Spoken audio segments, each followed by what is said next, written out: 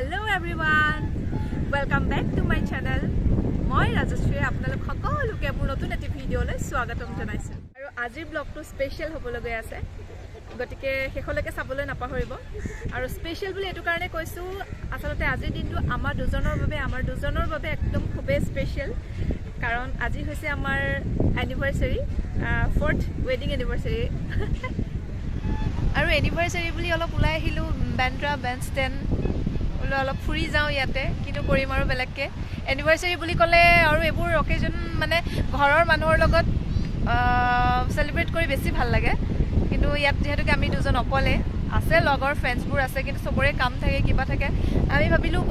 বলা দুইটা অলপ উলাই যাও আৰু আপোনালোকৰ লগতো শেয়াৰ কৰো আমাৰ বিয়াখন কেনেকৈ হৈছিল আমি কেনেকৈ লগ পাইছিলো ক'ত লগ পাইছিলো কেনেকৈ চিনাকি হৈছিল গোটেইখিনি কথা আপোনালোকৰ লগত শেয়াৰ কৰো আৰু সেই কাৰণে আহিলো বলো অলপ বহি পেলাই আপোনালোকৰ লগত কথা পাতো আৰু ইয়াতে শাহৰুখ খানৰ সলমান খানৰ ঘৰ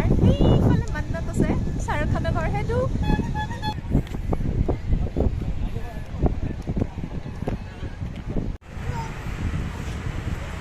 তো তেনেহলে আমাৰ ষ্টৰীটো আৰম্ভ কৰি দিম ন আমাৰ চিনাকি হৈছিলে সোশ্যাল মিডিয়া যোগে ফেসবুকত আমাৰ চিনাকি 5 বছৰ আগৰ কথা কাৰণ বিয়া হোৱা 4 বছৰ হ'ল আৰু এবছৰ আমাৰ চিনাকি হোৱা তাৰ পিছত আমাৰ ঘৰলৈ গৈ কথা পতা এই গোটেইখিনি আমাৰ এবছৰ লাগিছিলে বিয়া পতাপত বিয়াটো ফটাফট হৈছিলে মানে একদম কম সময়ৰ ভিতৰত আমাৰ চিনাকি আমাৰ লগ পোৱা আমাৰ বিয়া খুব সোনকালে হৈছিলে মই তেওঁ 2018ত লগ পাইছিলো মানে কি মই ফেসবুক খুলিছিলো 2017 আৰু হিয়া মোৰ আছিল সেই বছৰ থিয়েটাৰ মই তেতিয়া থিয়েটাৰত আছিলো মই অভিনয় কৰিছিলো এই বিষয়ে বাৰু আপোনালোকৰ লগত পাছে পৰিও আলোচনা কৰিব পাৰিম পিছত কথা পাতিম সেই বিষয়ে তো আজি আহিছো কি আমাৰ কেনেকৈ চিনাকি হৈছিলে আমাৰ বিয়াখন কেনেকৈ হৈছিলে গতিকে সেইখিনিৰ পৰা ষ্টাৰ্ট কৰোঁ 2017ত মই ফাৰ্ষ্ট টাইম ফেসবুক খুলিছোঁ দেই তাৰপিছত চিনাকি হ'লোঁ হোৱাৰ পিছত তেওঁ লগত অলপ চলপ কথা বতৰা চলিছিল আমাৰ তেওঁ মোক সুধিছিলে কি কৰোঁ আৰু ময়ো ক'লোঁ কথা পাতোঁ তাৰপিছত মই তেওঁৰ আকৌ একাউণ্টটো চেক কৰিছিলোঁ দেই খুব ধুনীয়া ধুনীয়া পেইণ্টিং আছিলে এইবোৰ দেখি মই ইমপ্ৰেছ হৈছিলোঁ তাৰপিছত তেওঁ ক'লে যে মই অসম গৈ আছোঁ লগ কৰিবা নেকি মই ভাবিলোঁ এবাৰটো লগ কৰি চোৱাটো ভাল তেনেকুৱা একো কথা নাই তো মই লগ কৰি চাব বিচাৰিলোঁ ময়ো লগ কৰিলোঁ লগ কৰিবলৈ আহিলোঁ তেওঁ এয়াৰপৰ্টলৈ আহি তেওঁক নিবলৈ আহিছোঁ আৰু তেওঁ একদম পূৰা চাৰ্ট টাৰ্ট খুলি মেলি একদম আৰু চাৰ্ট টাৰ্ট উৰাই গৈছে আৰু লগ কৰিব ঘৰলৈ যাব তাৰপিছত মই ধুনীয়াকৈ লগ পালোঁ পাই কথা বতৰা পাতি গ'লোঁ দুইটা গৈ ধুনীয়াকৈ মই বৰমা ঘৰত আছিলোঁ তো তাতে খানা চানা বনাইছিলোঁ ধুনীয়াকৈ তেওঁক খোৱালোঁ খুৱাই বোৱাই গাড়ীত তুলি দিলোঁ তেওঁ গৈছিলে যোৰহাট তেওঁ তাতে থাকে গতিকে তেওঁক গাড়ীত তুলি দিলোঁ আৰু তেওঁ গৈ পেলাই মোক কৈছিলে গাড়ীৰ পৰাই তেওঁ আচলতে মোক প্ৰপ'জ কৰা টাইপেই হৈছিলে আৰু তেওঁ মোক আই লাভ ইউ বুলি কৈছিলে আকৌ দেই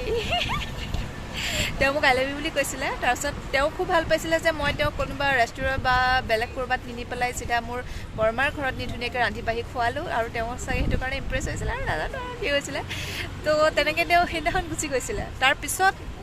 মই তাতে আছিলোঁ তাৰপিছত তেওঁ আকৌ এবাৰ গৈছিল তেতিয়া আকৌ তেওঁ বাইক লৈ গৈছিলে আকৌ দেই বাইক লৈ তেওঁ মোক ফুৰাব আৰু প্ৰথমবাৰ আমি ডেটিঙত গৈছিলোঁ তাকো মন্দিৰলৈ দেই কামাখ্যা মন্দিৰ গৈছিলোঁ তেওঁ মোক একদম ধুনীয়াকৈ গাড়ীখন নিব নিদিয়ে আকৌ মোক বাইকত লৈ গৈছিলে যোনটো বেলেগ চখ আৰু বাইকত লৈ যাব গাৰ্লফ্ৰেণ্ডে তো বাইকত লৈ তেওঁ মোক কামাখ্যা মন্দিৰলৈ লৈ গৈছিলে তাতে ধুনীয়াকৈ পূজা কৰিলোঁ কৰি মেলি সেইদিনাখনো আহিলোঁ তেনেকৈ তাৰপিছত তাৰ অলপ দিন পিছত তেওঁ আকৌ মুম্বাই গুচি গৈছিলে তেওঁ কামৰ বাবে তেওঁ মুম্বাইতে থাকে গতিকে তেওঁ মুম্বাই গুচি আহিছিলে আৰু তাৰ অলপ দিন পিছত এপ্ৰিলত তেওঁক লগ পাইছিলোঁ এপ্ৰিলত তেওঁক লগ পাইছিলোঁ তো মে'ত মোৰ বাৰ্থডে আছিলে তো তেওঁ মোক বাৰ্থডেত তেওঁ মোৰ কাৰণে এখন পৰ্ট্ৰেইট বনাইছিলে আৰু সেয়াই আছিলে চাগে আমাৰ প্ৰেমৰ আৰম্ভণি আগৰখিনিতো এনেকৈ গৈছিলে তাৰপিছত সেয়া মানে একদম মই লৈছিলোঁ আৰু যে মই চাগে তেওঁৰ লগতে কিবা এটা হ'ব কাৰণ বৰ ধুনীয়াকৈ পৰ্ট্ৰেইটখন বনাইছিলে আৰু আৰ্টিষ্ট বুলি ক'লে মই খুবেই ভাল পাইছিলোঁ আৰু পেইণ্টিং বুলি ক'লে চবতকৈ হৈছে মই মানে হেপী ফিল কৰোঁ আৰু কি হৈছিলে মানে কি আৰ্টিষ্ট মোৰ ইমানেই ভাল লাগে যে তেওঁলোকৰ আচলতে তেওঁলোকৰ মনবোৰ অলপ বেলেগ বুলি ভাবোঁ মানে অকণ বেলেগ মানে মোৰ লগত মিলিব আৰু মই সাংঘাতিক ইম'চনেল ফুল গতিকে অকণমান ইম'চনেল বুলি ভাবোঁ মানে আৰ্টিষ্টবোৰ সেনেকুৱা বুলিয়ে ভাবোঁ তো পেইণ্টিং বনাই দিলে মোৰ কাৰণে মোৰ কাৰণে তেওঁ পৰ্ট্ৰেইট বনাই দিলে মোৰ বাৰ্থডে বুলি আৰু কি লাগে ন ছোৱালীজনীৰ কাৰণে আমাৰ ছোৱালীবিলাকতো এনেকুৱাই আৰু তাৰপিছত মোৰ ঘৰত মাহঁতক ক'লোঁ এনেকুৱা কথা মোৰ ভাল লাগিছে তাৰপিছত তেওঁ মাকহঁতক ক'লে যে এনেকুৱা এজনী ছোৱালী মোৰ ভাল লাগিছে তো তেওঁ মাকে তাৰপিছত তেওঁ আকৌ ঘৰলৈ গৈছিলে তো তেওঁ তেতিয়া মাহঁতক লৈ পেলাই মোৰ ঘৰলৈ গ'ল আঙুঠি চাঙুঠি লৈ গৈছিলে আকৌ দেই মায়ে শাহুৱে তাৰপিছত আঙুঠি চাঙুঠি লৈ গ'ল তাৰপিছত আমিও ৰেডি আছিলোঁ মাহঁতক কৈছিলোঁ যিহেতুকে তো আমিও ৰেডি আছিলোঁ তো সেইদিনাখনেই তেওঁলোকে আঙুঠি পিন্ধালে আৰু আমাৰ বিয়াখন ঠিক কৰিলে বিয়া আমাৰ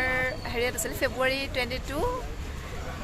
তো আমাৰ অক্টোবৰ মাহত গৈছিলে চবেই গৈ পেলাই যে আঙুঠি পিন্ধাইছিলে তাৰ নৱেম্বৰ ডিচেম্বৰ জানুৱাৰী 3 মাহৰ পিছত আমাৰ বিয়া মানে এবছৰৰ ভিতৰত আমি লগ পাইছিলোঁ আৰু এবছৰৰ ভিতৰতে আমাৰ বিয়া হৈছিলে খুব কম সময়ৰ ভিতৰত আমাৰ বিয়াখন হৈ গৈছিলে আৰু বিয়া হোৱাৰ পিছত ফেব্ৰুৱাৰীত বিয়া হোৱাৰ পিছত আৰু আমি গুচি আহিলোঁ মুম্বাই আৰু মুম্বাইত তেওঁৰ কামৰ জেগা আৰু ইয়াতে আমি আমাৰ লাইফটো ষ্টাৰ্ট কৰিলোঁ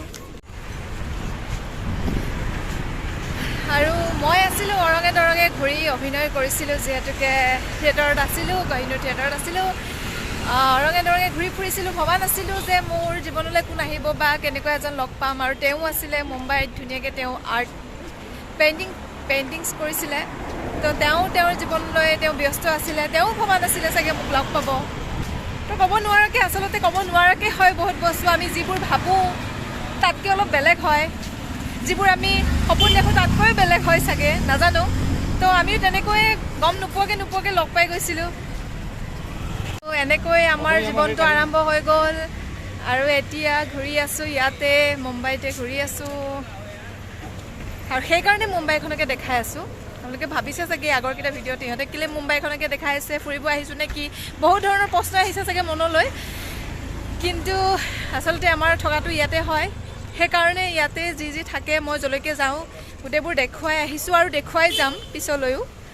যেতিয়ালৈকে অসমলৈ নাযাওঁ ঘৰখন দেখাব নাপাওঁ ঘৰলৈ নাযাওঁ মাহঁতক নেদেখোঁ তেতিয়ালৈকে এইবোৰে চাই থাকিব লাগিব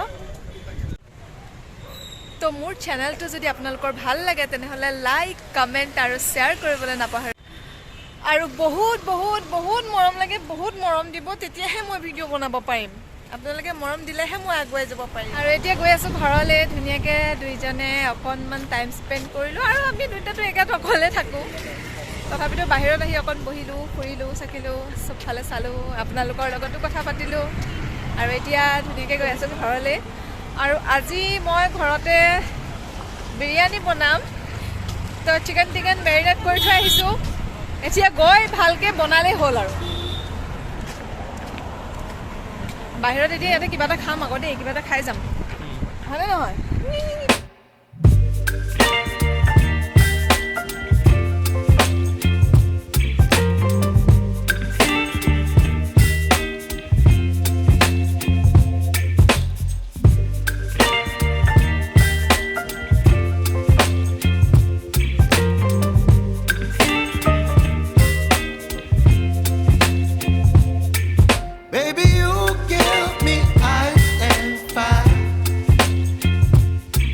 me